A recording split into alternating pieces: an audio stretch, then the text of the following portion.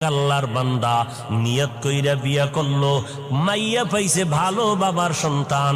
ঘরে আসার পর 1 বছর 2 বছর দুইটা কন্যার মালিক হয়ে গেল।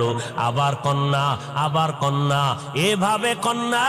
ওই লোকটা চায় একটা ছেলে, 2টা ছেলে। আমার ঐতিহ্য ধরে রাখবে কে?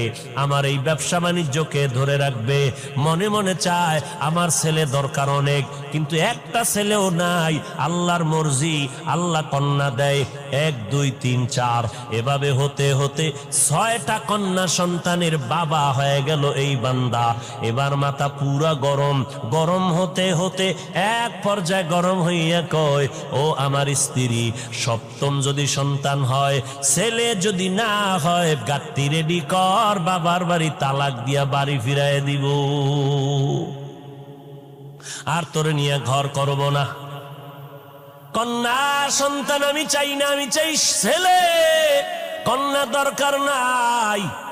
আল্লাহর বান্দি স্বামীর সাথে কখনো তর্কে জড়ায় না, কারণ স্বামীর পদতলে স্ত্রীর জন্য আল্লাহর রহমত বর্ষিত। ও স্বামী, মদিনার নবী বলেন, আল্লাহ যদি আল্লাহ ব্যতীত অন্য কাউকে সেজদা করার আদেশ দিতেন, নারীদেরকে বলতো পুরুষের কদমের মধ্যে সেজদা করো।